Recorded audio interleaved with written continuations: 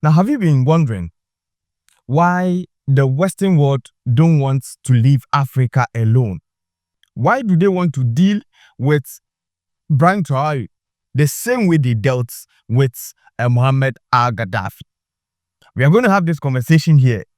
And of course, this is dynamictvplus. So please, we will be grateful if you like the video and also subscribe to the channel for us. My name is Traoré Nanel, Dynamic. He's about to go now.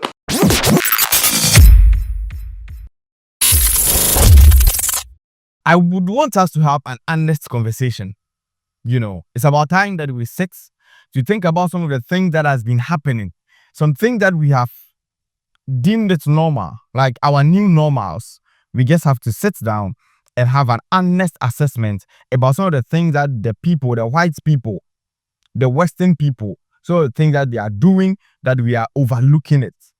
Now, in 2007, George Bush then was the president. And George Bush came to Africa, set up military bases, and he called those military bases US AFRICOM. So kind of United States African Command, you understand? So it was at this period, and the whole aim and vision of this African Command, the AFRICOM, was to help Africa. So the aim was to help Africa, where these people cannot do anything for you for free. So if they are saying they are going to help you, it means you need to ask, at what expense is that help going to come? So they did that. They began setting up, those camps. They tried bribing their way through some of the leaders that they could bribe, some of them by threats, some of them by any ways necessary for them to get the access to be building bases and camps in the country or in the continent. So if your aim is to help strengthen democracy, then it means that when you were coming, you knew that there were some people who were fighting. You knew that when it comes to the African terrain, there are several, maybe those civil wars and those things, they were existing. And so at a point, it was necessary for you to come. Then when they opened their arm for you to just come and set your bases all around with all your accoutrements, with all the unlimited resources that the US has at its disposal, up until now, we are not seeing anything. All we are seeing is enough and more of these bases, more and more of these US camps. However, we are still seeing more and more of these same threats that made you come. So we are still seeing those, Boko Harams and the people and the likes. We are still seeing them. When it was because of these people that made you come. So now the question becomes, what is the point of you being on the African continent? What is the point of you setting up your camps on the African continent? Then it means that is not the reason why you are here. You are here for another reason. So, for some time now, nobody was questioning, no African leader was bold enough to question what these people were doing on the African continent, on the African soil. Until somewhere last year, when three military leaders stood up to question the status quo, trying to find out the relevancy of these people on the African continent, trying to find out why we have military bases in Africa. Like, if you come to Ghana, we have military bases in Ghana. Whereas we don't have military bases in US. Because if you are a Ghanaian, there is no way you are going to, like, as a Ghana as a country, South Africa as a country, Nigeria as a country, you can't set up your military base in America. But why do they think that they can tell us what we should do in our own country? Because our leaders have sold us to them. Yes, we understand up to that point, but it doesn't make sense. So, somewhere last year, Ibrahim Traore made a coup, and it was very successful in Burkina Faso. Now, Assimi Goïta also made it in Mali. And the last one that is in Niger. General Tiani also made it. All were a very successful coup d'etat. And one funny thing is that this coup d'etat that we are talking about, the ordinary people in those countries, they appreciate it and they like the coup. In fact, they like the change.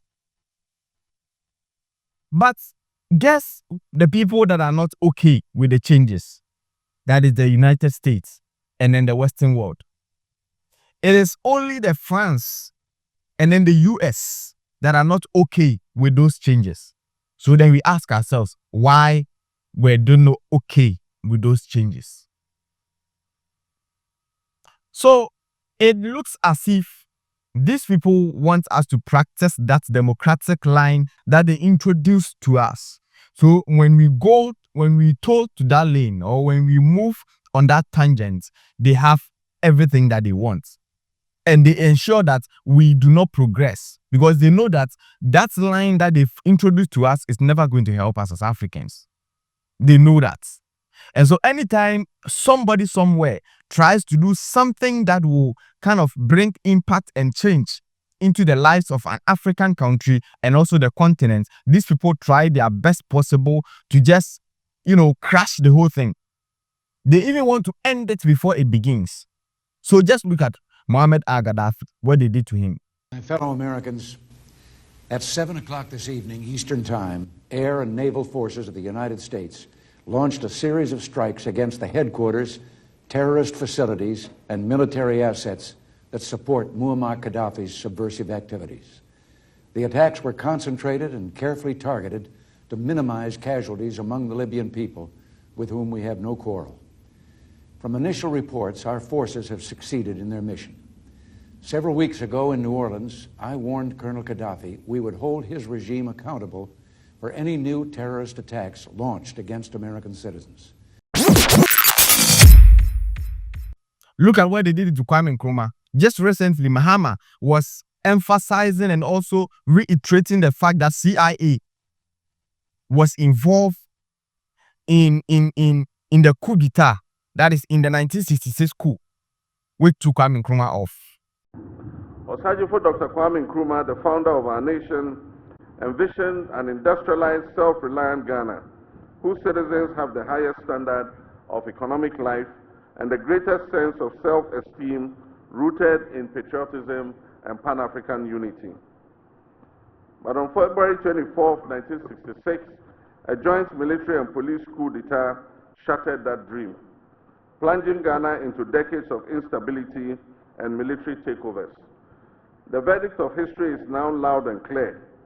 Declassified documents from the United States archives reveal that this was a coup inspired and engineered by the CIA. So all these things tells us that these people don't have the best interest of Africa at heart. They just present it, but don't worry, that is not what they want. So taking you back to the story. Now once Assimi Goïta and General Tiani and then Ibrahim Traore assumed offices as the heads of states of these respective countries, it was then problematic for the military bases that are in that region or in those regions, to operate. Because once it is a coup d'etat, it means that the military bases there should cease operation. But something happened in Niger. Now, what happened in Niger? In Niger, Niger has the biggest military base apparently in the whole Africa. And it is the most sophisticated one as that. So what that means is that if Niger coup is successful, then it means the military base will have to be shut down for a while. And they would have to, talk to the military, leaders of Niger as to whether they can still continue their operation or they would have to end it. And that is where the problem was. These people didn't want to move from Niger because they've settled down, have the everything at their own disposal, have the necessary documents, have the necessary accoutrements, the weapons and everything. Hence, they never thought a time like this will come. So why would somebody who wants to fight for your interests has your good interest at heart, has these weapons, has these technological what advancements that could end a war, still be there, and Niger will be fighting, and they could do nothing about it. And this is the question that nobody was asking. None of our African leaders were asking, yet they were giving out lands for the US to establish their bases. So when General Tiani assumed office, it was up to the US military to just make a deal with Tiani. Now, make no mistake, some people say US, no, where Americans, they don't like, coup d'etat, and when you make coup, they don't look, it's not like they don't like coup d'etat. Make no mistake, these people only want what is good for them. And so when the coup comes, they get to the leader, and then they ask the leader, like they talk. It's kind of a consensus. If we give you our backends, if we protect you, what will you do for us? So if it tilts in their favor, look, that is all. That is all they want. All they want is somebody they can push around. But it turns out they couldn't push Tiani around. So what they did is this. The US sent Molefi and General Langley to go to Niger and do that kind of negotiation. Now, to their surprise, Molefi and General Langley went there not as if like they have, like they want something from them, but they went there as people with pride. Like, we are on your land, but hey, you have no say. It is us. We call the shots. That kind of authoritarian, foolish, like pomposity, that's, I don't know. They went there with that kind of vibe, no? As I said, as a munkwa no munim nyansambi, as a wodo mind, but yene yebechra dia wasawoye. As if they have to tell you, this is exactly what we want as US. This is what we want you to do. And exactly, that is what they went to do. So when they met General Tiani, after the whole meeting, Tiani just told the whole world, say, they have nothing to do with US again. So when it comes to the US Africa now, they are out of it. They don't want it. So the military base in Niger to just pack out. So it was at this point that when they took the case to the US, that was when General Langley made it known that Ibrahim Traore in Burkina Faso doesn't even know what is good for his people, and is not doing things that are in line with his people. The ruling elite of a country is receiving gratuities on the side that inure to the benefit of the strongman leader, and not to the populace of the country. Does that sort of corruption and bribery go on with regard to the Belt and Road? Absolutely, Chairman. I see this, and I don't mind calling them out, but Captain Traoré and Burkina Faso, as they know that both, whether it's their gold reserves, that is all those proceeds are just in exchange to protect the junta regime. There's a number of examples across, even in Sudan. When a U.S. general goes on record accusing an African leader of using gold to protect himself, you know something big is happening. In a statement to the U.S. Senate, General Michael Langley, commander of AFRICOM, claimed Burkina Faso's gold reserves are being used not for the people, but to secure the leadership of Captain Ibrahim Traore. But here's the question we all should be asking. Isn't that gold Burkina Faso's in the first place? So he just wanted to sway the whole conversation to make it look like, look, the US are there, and they are there in Niger to protect the rights of the people, that is the Nigerians. So what he just wanted to say basically was that, look, if General Tiani is telling them or is asking them to leave, they can leave, but for the best interest of the people of Niger, they have to stay. So then the courts should agree and should just force Tiani to make them stay, so that Tiani cannot use his power to suppress the people. So even by them being there alone, it will just make Tiani do the right thing and do good by his people. So in this case, the US people were trying to tell the people, or were trying to tell the courts, say, these black people, the Africans, cannot take care of themselves. If we leave them, they will fight and they will kill themselves. So we have to be there. We have to ensure that these people do good by their people. Meanwhile, you've been there and there have been series of fights. There have been series of civil war, but you were there. So what were you doing then? Whereas the people were fighting, what were you doing? You were there, they were fighting. Now they are sacking you. You are saying that you have to be there to ensure peace and unity. So why do you leave your country to decide for somebody in that person's country? How does this make sense? And so that is the video that has been trending all this while. Now, this is where they brought in Ibrahim Traore.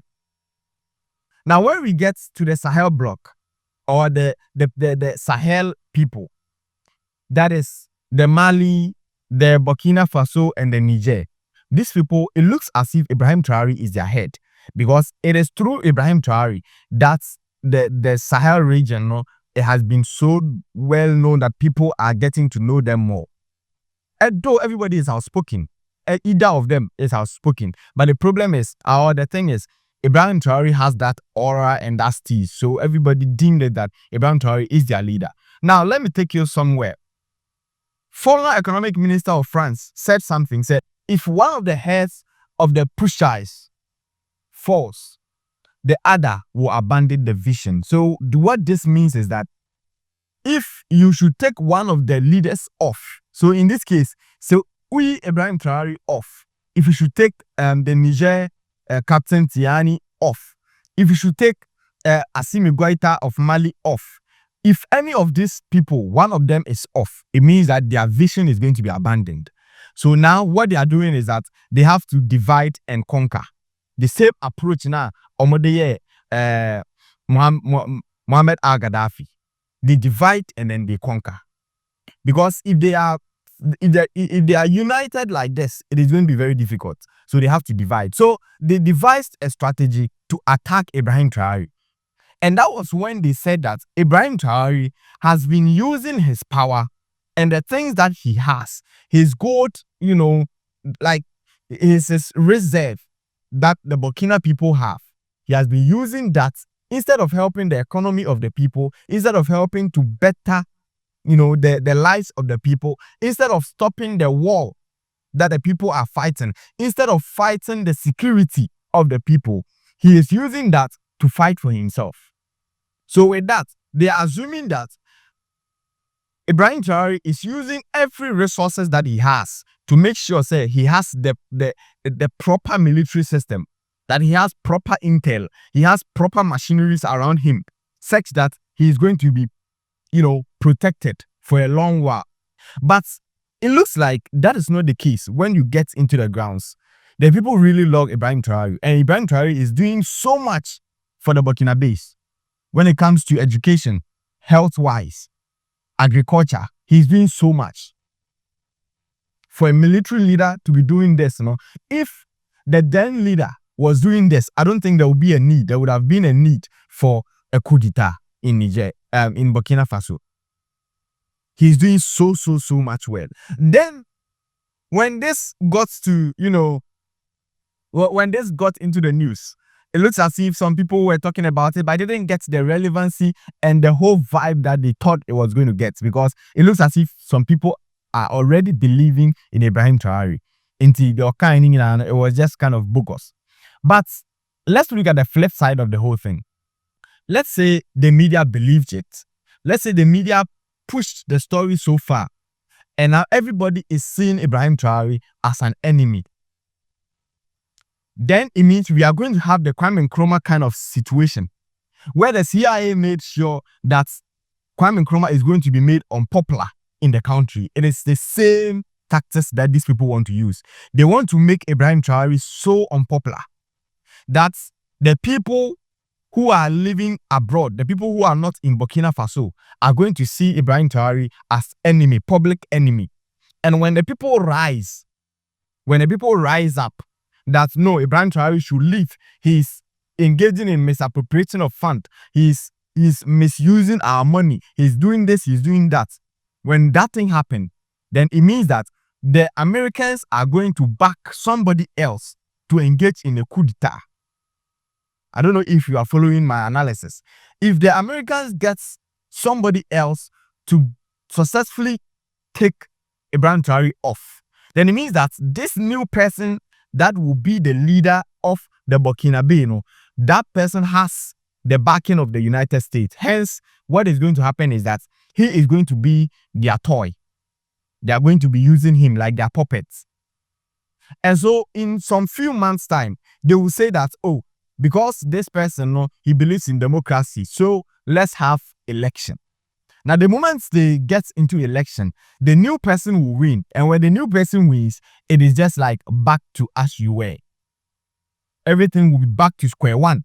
That they have a president who believes in democracy and a president who is a puppet to the United States that they can use to get everything that they want. And that is exactly what the US wants. They don't want anybody who will strive to make African thrive. No. When you do that, they will get you off. So at this point, if you're an African, I think the best thing you can do is to be praying for the few leaders that we have who are trying so much possible to put Africa on the map, who are trying so much possible to get the desires and the will of their people at their hearts. Because at this point, it is very difficult for you to get the people who are puppets. It is very difficult to decipher the puppets from the good people. They are merged. So until you give them the power, you may not know whether they are puppets or they are good people with good intentions. So yes, Ibrahim Traore has debunked the whole allegations that, look, it is their own reserve. So even if it is true that Ibrahim Traore is using the gold reserve that they want for protection and security, it is not as if it's a crime. It is never a crime because USA has been doing this since time immemorial and nobody is talking about it. USA, ask yourself, what do they have? Do they have oil? No. All they have is the dollar. And all they've had is their military. So they get into your region and they ask you, look, we can give you security. We can protect you. So we give you military and you give us your resources. That's what they've been doing. And who has been talking about it? The US went to Saudi Arabia, gave them military, took oil. And then the oil dollar agreement or the dollar oil agreement was signed. Who talked about it? Nobody, because it was the US doing it. So nobody talked about it. So if Ibrahim Traore, in any case, is also giving out resources that, look, assist us, protect us, give us military assistance, the only problem they have is that Ibrahim Traore didn't do the deal with the US, but rather did it with the Russia. So the problem is that Ibrahim Traore is dealing with the Russians, that is the BRIC nation, the BRIC bloc, rather than dealing with the Western world. And that is the only problem they have. So if it is not to them, it is haram. In fact, it is not a good thing.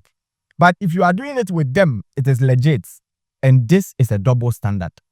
This is double standard and very hypocritical. Let me know what you think. At this point, I feel like Ibrahim Traore should take every step.